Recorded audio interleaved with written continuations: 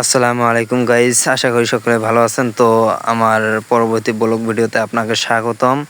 তো যদি নতুন হয়ে থাকেন তাহলে অবশ্যই চ্যানেলটি সাবস্ক্রাইব করে পাশে থাকবেন। তো এখন আমরা বরাবর মতো কিন্তু চলে গেছি কাশিমবাজার নদী ঘাটে। কিন্তু যাওয়ার পর দেখলাম যা অবস্থা, নদীর সাথে একটা ঘর, আবার নদীর সাথে একটা কারেন্টের পোল, এখান দিয়ে নাকি কারেন্ট বিদ্যুৎ চলাচল করতেছে। তো আমার তো একটু ভয় ডর করে যে কখন জানি কি হয়। তারপর আর একটু আগালাম, আগে দেখি একটা ঘাট। এই ঘাটে নাকি ওই নদী এলাকার মানুষ সব সময় গোসল করা থেকে বিভিন্ন ধরনের কাজকর্ম করে থাকে। তারপর আমরা বেশ কিছুক্ষণ ওই জায়গায় অবস্থান করলাম, আমিও একটু দাঁড়ায় এদিক ওদিক ঘোরাফেরা করলাম। তো আমি যেহেতু নতুন গেছি ওই জায়গায়, তো একটু ভয় তো করে। তো ওই জায়গার মানুষ কিন্তু ভয় করে না। আমার কিন্তু নদী দেখলে কিন্তু ভয় করে যে কখন জানি কি হয় না হয়, কি পড়ে যায় না কি করে। কিন্তু ওই স্থানীয় বাচ্চা কাচ্চারা ওইখানে যেভাবে খেলাধুলা করে, তারপর যাই হোক ও কথা না বাড়াই। তারপর আমরা গেলাম, দেখলাম দৃশ্যগুলো, দেখলাম ওই যে সরাসরি দেখা যাচ্ছে ওইটা কিন্তু হরিপুর ব্রিজ। তারপর যাই হোক আমরা দুই ভাই গেছি, বড় ভাই সহ।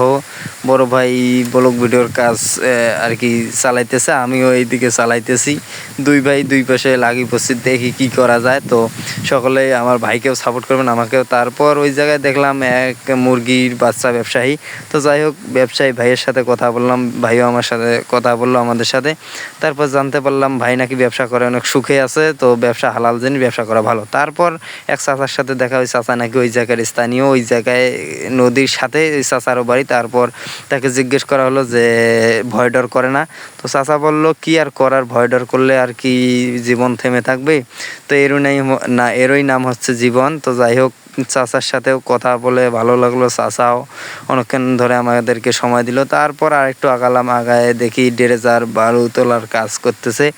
এই বালু তুলে আমরা জিজ্ঞেস করলাম যে বালু তোলার পর কী হবে। তো চাচারা বললো এই আমরা যে জায়গায় দাঁড়িয়ে আছি এই জায়গাটা নাকি রাস্তা হবে, সরাসরি ডাইরেক্ট চলে যাবে হরিপুর। তারপর বালা যে জায়গায় তুলছিল ওই জায়গায় একটু দাঁড় হইলাম।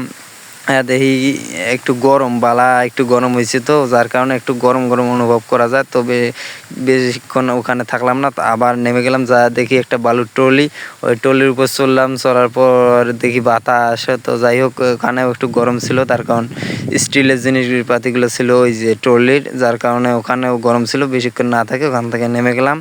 তারপর আমরা উদ্দেশ্য করলাম সরাসরি ডাইরেক্ট একবারে হরিপুরের দিকে। যাই হোক পরবর্তী ভিডিওতে আপনারা হরিপুরের আপডেট দেখতে পারবেন, শুনতে পারবেন। তো যাই হোক আপনারা যদি নতুন হয়ে থাকেন, তো আমিও নতুন, আপনারাও নতুন, যাই হোক আমার চ্যানেলে আপনাদেরকে স্বাগতম।